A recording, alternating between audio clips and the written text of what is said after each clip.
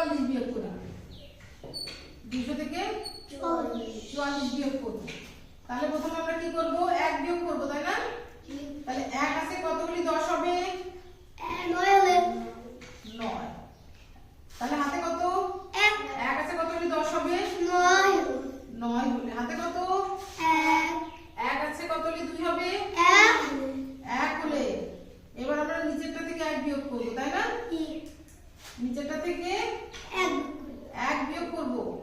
1 আছে কতগুলি? 4 হবে? 3 হলে আর 4 করতে এটাকে আমরা কি করব? বিয়োগ। এটাকে কি করব? 3 আছে কতগুলি? 9 হবে? 6। 4 আছে কতগুলি? 9 হবে? 5। আর 1 ভর্তি 1 বসে যাবে। বসে যাবে। তাহলে এই যে উত্তরটা আমরা এখানে বসিয়ে দিব। 6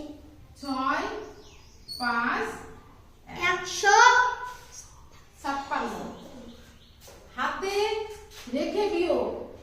তাহলে আমাদের কত? 200 বিয়োগ কত? 44। দেখো 4 আছে কতগুলি 10 হবে?